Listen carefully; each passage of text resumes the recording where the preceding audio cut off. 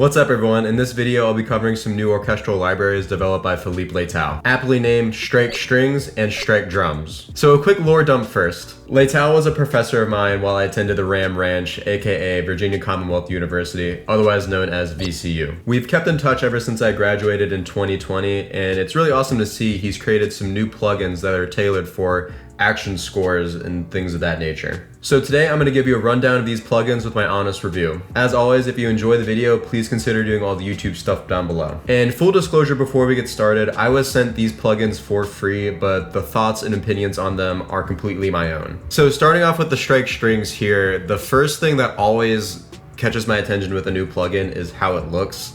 It's a really sleek design and has a minimalist kind of control setup. So the interesting thing with these plugins is that they're more of a sample focused library rather than you just kind of plugging in each note. So what I mean by that is when I click a key for the strings library here, it's going to be a full completed composed thing.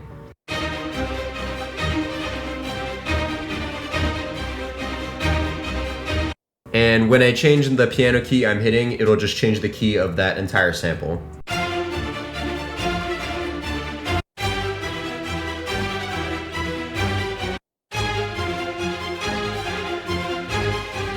So each sample in this library is another kind of completed composed thing that you can kind of click through and get that sample of it. Another cool thing is that these colored keys here kind of denote what's being played for that sample. So the red ones, it's a full string like ensemble. You get the violins, the violas, the cellos, and the basses.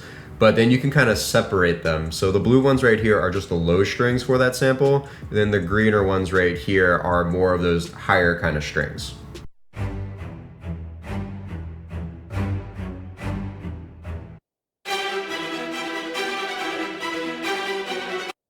And this offers a lot of customization because you can kind of pick and choose from each preset here and then mix and match like the low strings with the high strings for each different kind of preset. And then moving on to the controls we have here, the left one right here is grit, and then we have LFO on the right.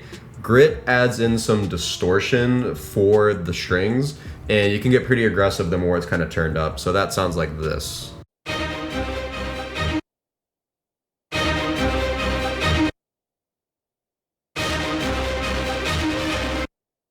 And the LFO knob over here will kind of add like a tremolo volume kind of effect.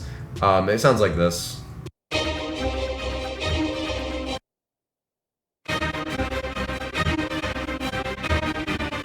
So these effects are pretty cool if you're creating like a hybrid score or composition, something that's not just orchestral instruments, but has other electronic things in there too. And you also get a lot of different samples that have different time signatures. So this first one I have right here is in 4/4. I think there's some that are, 5/8. There's another one that's in 7/8/2. Right there, 7/8. So you get a lot of different things to kind of play around with. So with these plugins, you won't be able to go in and create something like note by note. And I think that's okay because these plugins aren't really marketed as such anyway. Leitao's bread and butter is screen scoring. So these plugins are definitely tailored for that market. And so this is gonna be a slight tangent, but I promise this will kind of relate to everything in the end of the story. The deadlines for screen scoring can be very, very tight, to kind of say it lightly. One of the most insane turnarounds for a composed score that I ever heard of was from a guest speaker while I was at VCU. He was hired to read a score that day for a show airing later that day. Coincidentally, he also had to get on an airplane to go across like the United States that day as well. So while he was on the airplane ride, he wrote the entire score for the show that was gonna be like airing later that day. When he got off the plane, he emailed it, and then it was put into the show and aired that night. I bring up this story not to just kind of show that the deadlines for screen scoring are just like absolutely nuts at times, but to kind of show that you really need libraries that are going to offer a fully kind of textured thing rather than you going in doing something note by note because of those deadlines being so tight. So the Strike String library I have right here will not be a full-on replacement for like whatever Spitfire or other orchestral library you might have for strings, but it is really good for getting that string texture you might need for like an action score or something like that. So now we're gonna move on to some of the bad for this plugin. So the first thing that I noticed is that if you start to put the tempo kind of below anything below 90, there's some really noticeable artifacting going on.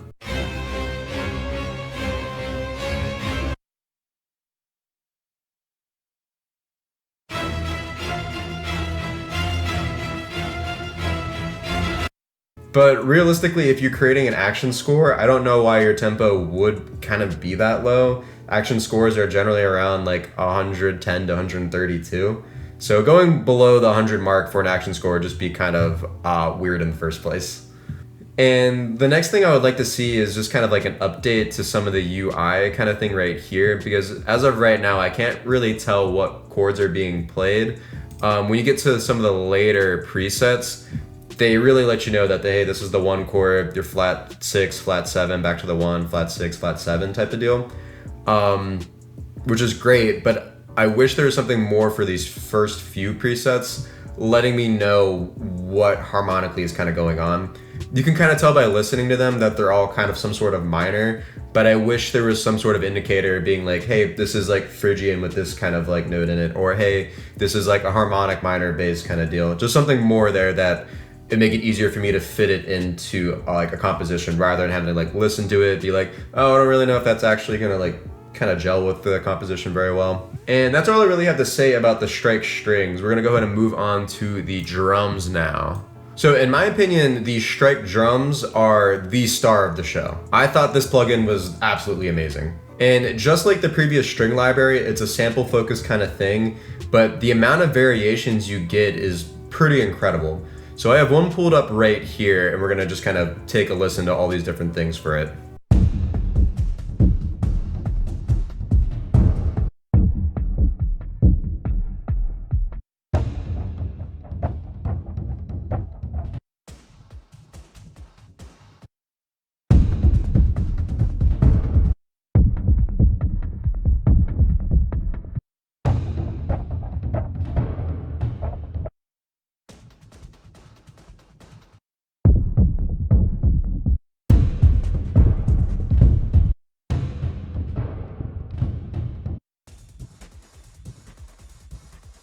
So that was just one preset, and obviously there's some kind of combinations with all these little things kind of going on for these keys, but that was 12 separate keys right there. So just with one preset, you're kind of getting 12 different options of those kind of percussion things. And for me personally, I really don't like to program like orchestral drums. I find that whole process absolutely tedious. So having something like this where I can actually just find like an orchestral loop and have it play and then actually get to, in my opinion, the more fun parts of composing, which would be like doing the strings or like the woodwinds or something else, anything but the orchestral percussion. I find that really great just to kind of get to that. And even though these plugins are really touted as being for these action scores, I could see myself using this plugin in a bunch of other kind of things, whether it be like EDM, trap, probably more metal things like that. There's just a lot of variety you can get out of this plugin. So similarly to the previous string library, we have the minimalist kind of control setup.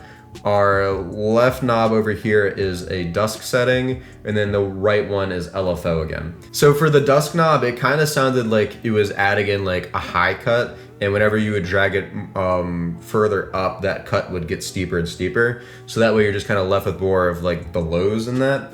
And that's really cool for making the library kind of sit more in the background of the mix rather than being like super up front. So this is what that sounds like.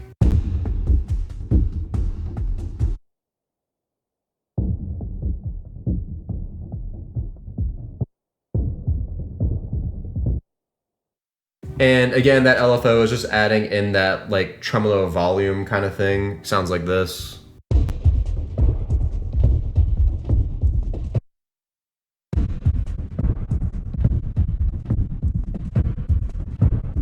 And the last thing before we move on to kind of the bad stuff with this plugin is I really want to just say the amount of variety you can get out of this thing is really incredible. You have all these different presets which have different time signatures and all of that, and then each of them all have those 12 different kind of presets and combinations. So there's just so much you can get out of this plugin. So moving on to the bad, just like the previous plugin, there is noticeable artifacting with tempos below like 90. Sounds like this.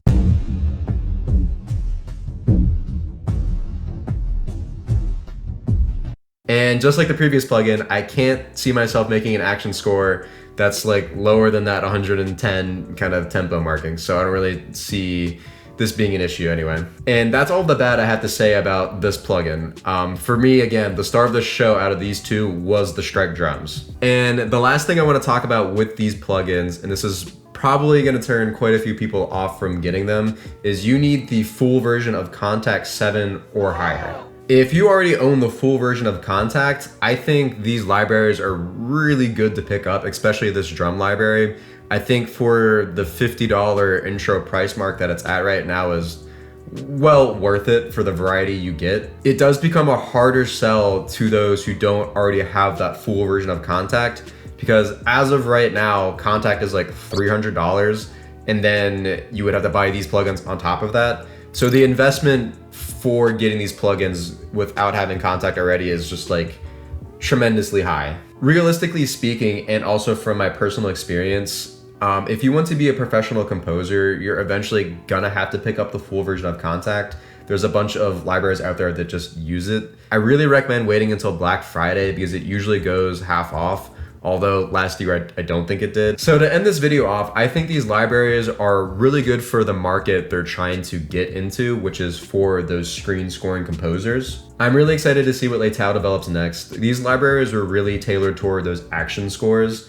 It would be really cool to see some libraries kind of geared toward like horror, drama, comedy would be really, really cool as well. And as he develops these plugins more and more, it would be really cool to see him develop his own like hosting client instead of Contact.